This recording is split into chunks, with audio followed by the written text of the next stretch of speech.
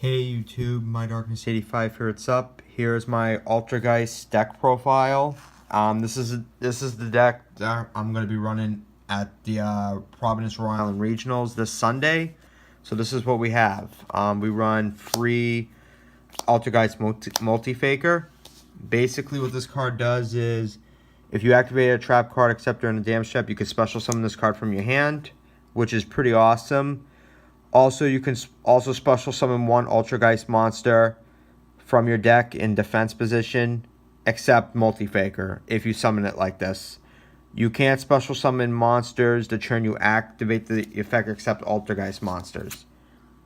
So basically, you can only use this effect once per turn. So this is a really good card to use because when you activate a trap card like, Altergeist Protocol, or like manifestation, stuff like that, you can special summon this from your hand and you can get another Altergeist monster from here. It's awesome. It's a lot of good combos you can pull off with this card. So many combos, it's not even funny.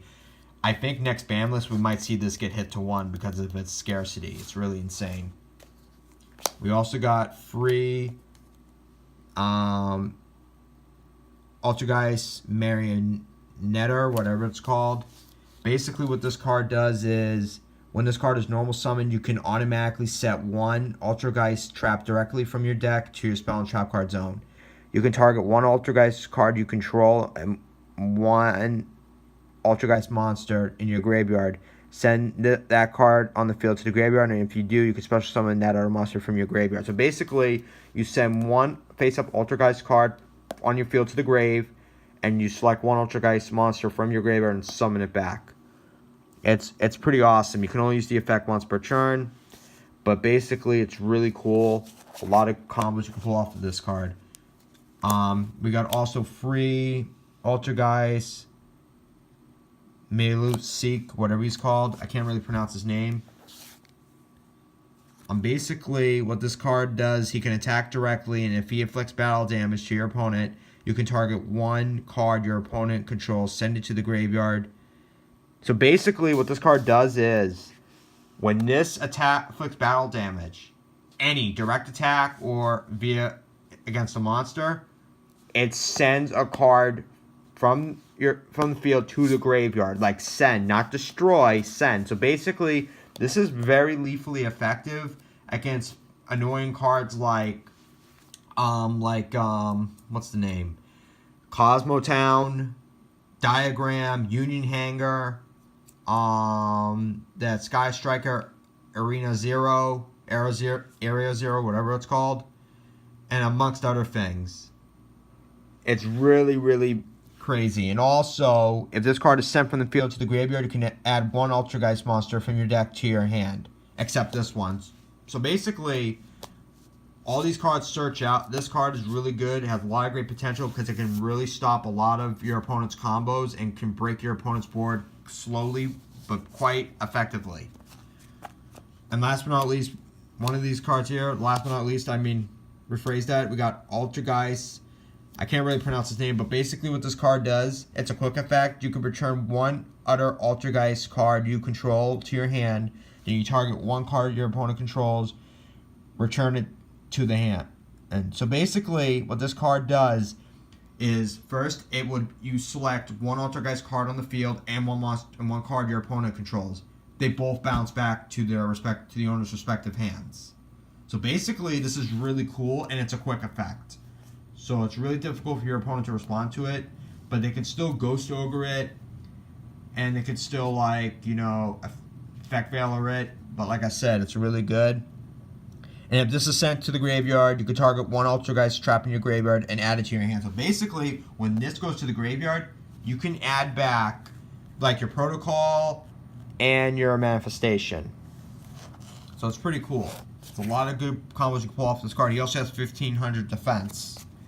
And last but not least, we got, for the Altergeist monsters, we got this guy. So basically what he does is, when your opponent declares an attack, he's basically like a battle fader. You could special summon this card from your hand. If your opponent's monster declares an attack and you control one Altergeist monster at least, you can special summon this from your hand. He has 2400 defense, so he's really hard to mow down. And its other effect is, if this card is special summon, you can target one face-up card your opponent controls, negate the effects of that card while it and this monster's on the field. So basically, not only that you can negate an attack with this, you can also render an opponent's card's effect useless. So basically, as long as he's out on the field and that card's out on the field, that card can't do anything. That card basically becomes a floater. It's insane. Like, if you go up against Cosmos, you special summon this and basically make Cosmo Town null and void. Same thing with Union Hanger, Diagram, Area 0, Magical Meltdown is also another good option. There's a lot of possibilities you can pull off with this card. This is also effective in a mirror match because you could basically special summon this guy. If you have an Altergeist monster, just declare the Secret Village spellcaster is basically useless. There's a lot of multiple combos you can pull off this card. The only hand traps I run in this deck are Ash Blossoms. It's self-explanatory. You know what it does. I don't really need to explain it. It basically stops your opponent from either adding a card from the deck to the hand, special summoning a monster from the deck, or send a card from the deck to the graveyard. So basically, it's self-explanatory. Now for the spell cards, I'm only running 5 spells, 3 Secret Village, and 2 Pot of Desires. So Secret Village of spellcasters, you control Altergeist monsters. This basically makes your opponent not be able to play Yu-Gi-Oh! Effectively.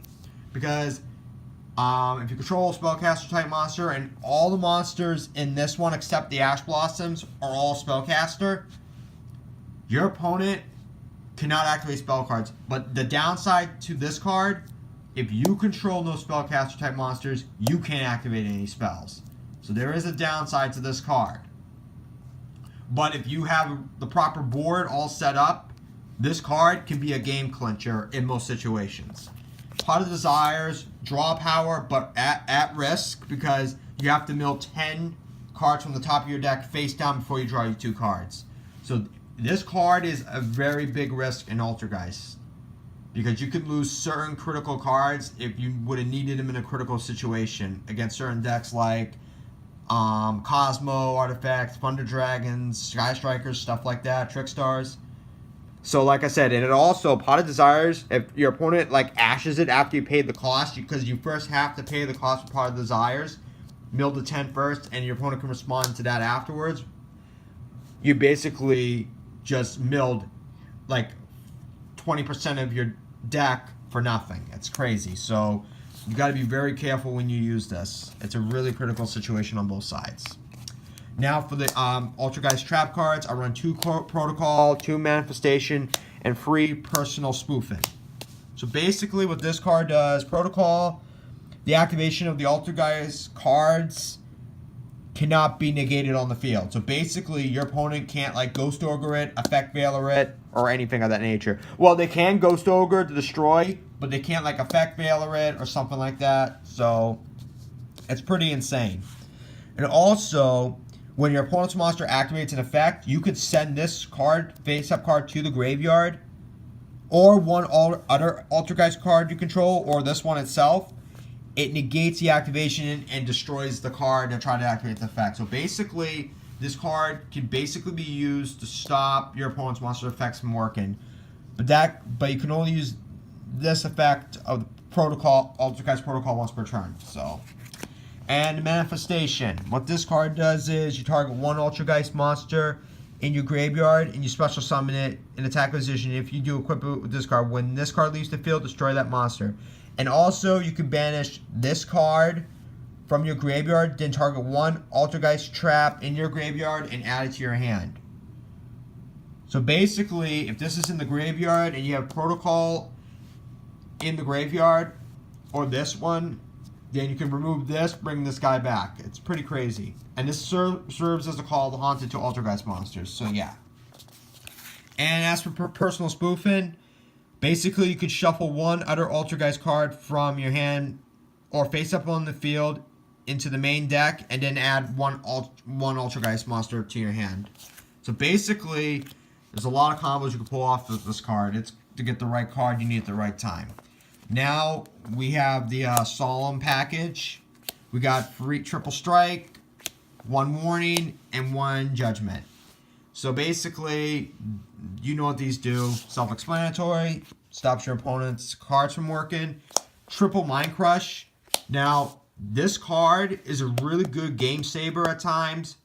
Basically, it's very lethally effective against Sky Strikers. And also, it's really effective against dangers, because if they try to reveal, you can just like play, oh, I'm going to play Mind Crush, declare the monster's name. And basically, you can basically stop them from using the effects. Like, this can really be a game changer at times. So it's a really good card. Infinite Imperience, another hand trap. Basically, if you control no cards, you can activate this card from your hand. You can target one face-up monster your opponent controls and negate its effects until the end of the turn. Then, if this card was set before its activation and it's on the field at resolution, for the rest of the turn, all other spell and trap effects in this column are negated. So, it's pretty crazy. We also got Heavy Storm Duster to get rid of back row. It's really effective against Sky Strikers. We got one Imperial Order to stop your opponent. This is to stop your opponent from playing spell cards. But you have to pay 700 life points each standby phase or you destroy this card. But it's really effective. And last but not least, I run one Metaverse. You can take one field spell from your deck and activate it, either activate it directly to the field or add it to your hand.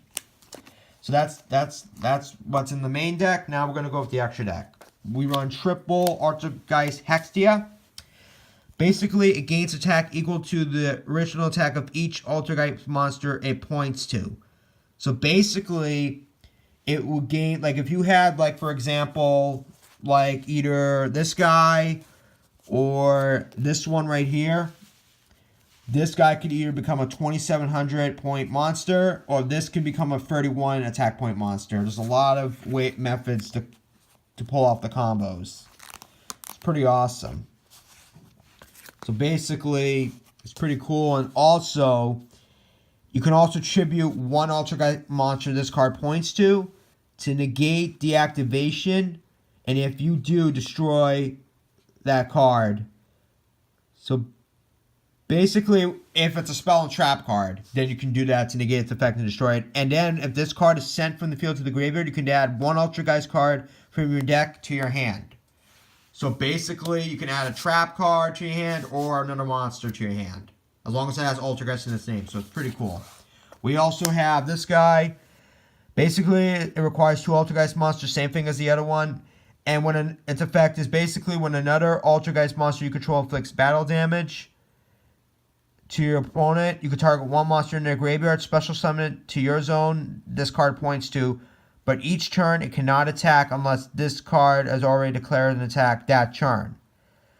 Basically, and the same thing is if this is sent to the graveyard, you can add an Altergeist card from your graveyard back to your hand. So basically, this card's like a Goyo Guardian at times if you can successfully destroy a monster. So basically, this is a good combo to pull off. You summon this guy and this guy, and you can make him 2,500. It's just crazy. And then last but not least, the other Altergeist monster, Altergeist Prime Banshee. Basically, its effect is you contribute one other Altergeist monster and special summon one Altergeist monster from your deck to the zone this card points to. And if this card is sent from the field to the graveyard, you can target one Altergeist card in your graveyard. So it's pretty crazy the way you look at it. There's a lot of combos you can pull off with this card. Link Karibo, self-explanatory. We got this guy, self-explanatory. The Nightmare package. We got Unicorn, Phoenix, and Cerberus. You all know what they do. This destroys a monster by discarding a card. This destroys spell or trap. And this returns a card from the field back to the owner's deck. So you all know what they do. Then we got the Borrow Sword and Barlow Dragon. Pretty powerful Link monsters. This guy boosts your dark monsters. And most of your Altergeist monsters are all dark except for the only one that's dark is Multi-Faker and the Link monsters. But everybody else, like if you have this on the field, it can really help you out. And then last but not least, just these two for Sky Strikers, just to annoy the Sky Strikers and Trickstar players. So now for the side deck, we run 2-dimensional barrier. This is solely against like Thunder Dragon decks and Pendulum Magicians and stuff like that. And maybe Blue Eyes decks if they're playing them at regionals. This is just there. We run, hold on a sec. Hold on. We run 2 Ghost Ogres and 2 Haunted Bell Mansion right here. Just for additional hand trap backup.